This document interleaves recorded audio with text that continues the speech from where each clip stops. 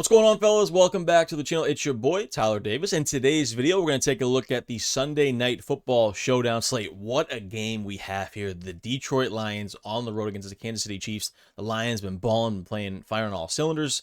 And then the Chiefs, who have been struggling. They looked much better the last few weeks, though. They're finally getting healthy at that receiver position. They are 2-3, though, so this is a must-win game here for the Chiefs at home. Potential Super Bowl possibility game here. One of the best in the NFC versus one of the best in the AFC, most likely.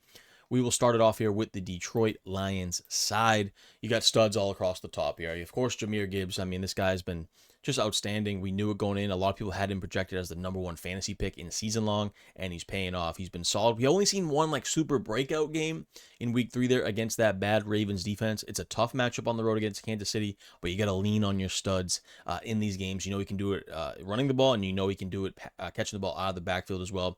It's a pretty big committee, full-blown committee with Gibbs and Montgomery, but Gibbs always has that explosive upside that you want in tournaments in GPPs. Amon-Ra, this dude is just unbelievable. 9 targets last week, 100 yards, gets that bonus. Doesn't get in the end zone. He did the previous week against the Browns twice. He had 3 touchdowns in week 2, 42 fantasy points, so you know he has that major upside. That's the ceiling on Amon-Ra is one of the highest in the league because Jared Goff trusts this guy so much. All formats, you try to get Amon-Ra, cash games, tournaments, everything. You try to play him as much as you can. Jared Goff, for me, more of a cash game play. I don't think has that major upside, especially on the road here in Kansas City. It's going to be loud. Kansas City's defense is good. So I don't think he has like the captain upside that I'm looking for. I probably won't play him at captain. But in the flex, I think he's definitely very viable in cash games, in smaller field stuff, especially if you're playing like an Amon-Ra, a Laporta, a J-Mo at captain. You want to get Goff in there probably as much as you can. Laporta had that breakout game last week. We've been waiting for it. 6 targets, 92 yards, gets in the end zone. That's what we've been kind of waiting for from Laporta. We haven't really seen it this year. Obviously, last year he was outstanding.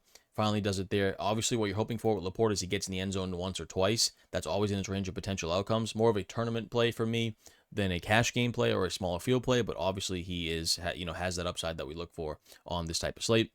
David Montgomery, this is a game where, you have to...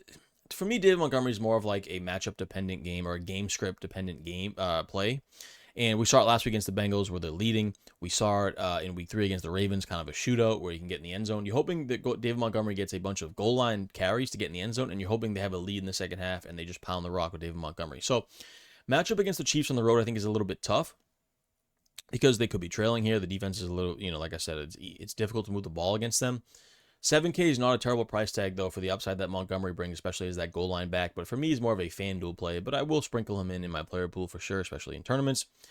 Jameson Williams, man, we're still waiting for that breakout game. He had one decent game in week 2 there against the Bears. 2 catches, 100 yards. And that's really all you need from J-Mo is a couple big plays over the top. Can he get behind this Chiefs defense?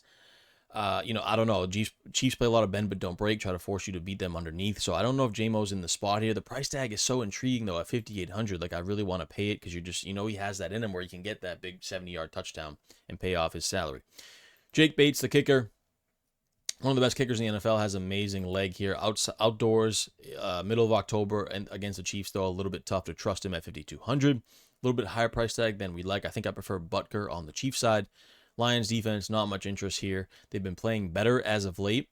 The pass rush has looked good, but I think Mahomes is just firing all cylinders right now. He's got his pass catchers back. I don't think I'm going to go to the Lions defense. Then you got Isaac Tesla. You got Khalif Raymond. We have to monitor the Khalif Raymond status. If he were to be out, it makes Tesla a pretty good value at 2,400 here. Had a catch for 12 yards and got in the end zone. The upside is not really there. He's not going to get a lot of volume. So you're hoping for 1 or 2 big plays down the field as that third receiver, maybe get in the end zone, and Tesla would pay off his salary. Like I said, if Raymond was out, that would open up Tesla a little bit more. If Raymond was out, that also open up more 2 tight end sets here for the Lions. Brock Wright would be more involved here. Price tag is a little bit higher than I'd like. I'd wish he was under 1K. We could really go with that min-price salary, which we love.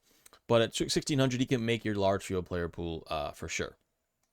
If Khalif Raymond was out, you'd have to monitor maybe, Jackson Weeks, Tom Kennedy may get some snaps here and there, but, nothing to really get excited about. Let's go to the Chiefs side here. This is a quick timeout to let you guys know that I've been a pro DFS player for over 5 years and have over $100,000 in career winnings.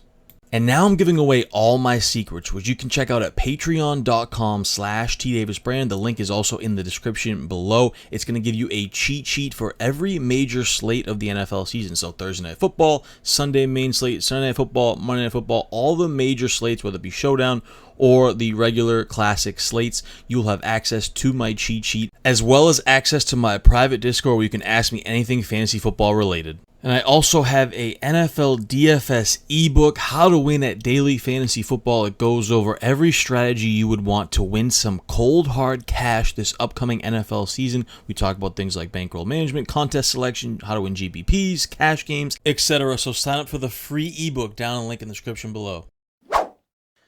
Patrick Mahomes, man, he's been playing much, much better. Starting to play at that MVP level that we expect out of him. Last week, that tough loss against the Jaguars, but 30 fantasy points, goes over 300 yards, rushed for 60 yards as well, ran for a touchdown the week before against the Ravens, 4 touchdowns passing, so you know he's firing on all cylinders right now. At home against the Lions defense, I'm not too concerned about. I think Mahomes can shred here. I love him in all formats. Xavier Worthy helps out this offense so much. 9 targets last week, 8 targets the week before in his return. They utilize him, in the running attack as well. He's kind of like the new Tyreek Hill for the Chiefs.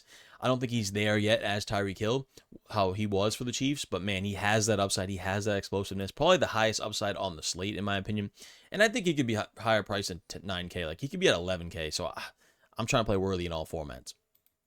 Travis Kelce finally breaks out of his slump. 8 targets, 61 yards, gets in the end zone. That's what you're hoping for with tight ends, especially Travis Kelce, is that he finds the end zone. Like I said, this offense is starting to play better and better. Mahomes is getting more accustomed to his weapons, starting to feel himself getting in a groove. Kelce's finally getting to that level that we expect him out of. I like him in all formats. I think I prefer Worthy in tournaments, a little bit more upside, but Kelce's a great cash game, smaller field play on this slate. Hollywood Brown really taking a dip since Xavier Worthy has returned, but still 8 targets last week. You can't be mad at that. He still has that high A-dot, still has potential upside for some big plays. I think at 5,400, it's a pretty nice value for a guy that's going to be out there a bunch, playing a bunch of snaps.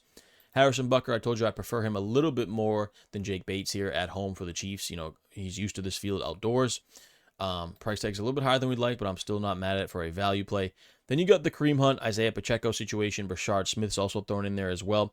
Kareem Hunt, man, he's been getting the goal line work. He's been getting the goal line carries. We saw it last week, 2 touchdowns on the ground. Pacheco obviously has a little bit more of that explosive upside, but just hasn't been getting the goal line work. He does catch the ball in the back foot a little bit, which we like. So I'm easily setting a rule here where I'm maxing 1 in my optimizer, or just if you're hand building, don't play any of these guys together, but I'm maxing 1 of Hunt, Pacheco, and Smith. I don't want to play any of these guys in any lineups together. I just don't think they can get, reach their upsides together. I know the price tags are a little bit cheap, so maybe, but I think they all eat into each other's upside too much. I'm avoiding them. I'm maxing 1 there. Brashard Smith, they're trying to get this guy involved. They really are. 3 targets last week on 3 catches, 32 yards. He gets 1 carry. So, like I said, I'm maxing 1 there. Smith does have that upside, though. He's really, really fast. He can break one, and that might happen. If he does that, he pays off the salary. So he's definitely worth considering in your large field tournaments. You got Tyquan Thornton there. They use as like a deep threat.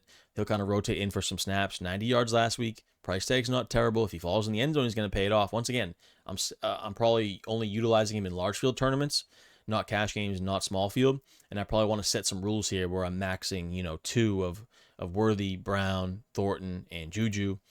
Juju looked good in week 4, a little bit tougher in week 5 there. He's more of like a glorified tight end at this point, in my opinion. He plays the slot. Mahomes does trust him, and he has touchdown red zone upside. But, the upside I don't think the massive upside is there. If he gets in the end zone at 2,800, though, it is going to be worth it. So he's not a bad play at all. Then you got Noah Gray as well, who will rotate in. Travis Kelce getting a little bit older. He'll rotate in for some snaps. You can definitely consider him in your large field player pools as well. Chiefs defense, I don't know. It feels like any other team they're playing, I'd have more interest, especially at 3,400. I don't think it's like terrible where you X them out of your large field player pools, but the Lions offense is just so good right now that I don't have too much interest there. And yeah, that's pretty much it here for the value. Hope you guys enjoyed this Sunday football between the Lions and the Chiefs. It's going to be a great game. I'm excited for it. Hope you guys check out all the Week 6 videos here on my channel as well. Make sure you check out the Patreon for my behind the paywall top plays on this slate. Hey, thanks for watching. I hope you enjoyed this video. Please go ahead and give this video a like. I appreciate it so much, as well as subscribe to the channel here on YouTube so you can check out all the videos that I have to offer.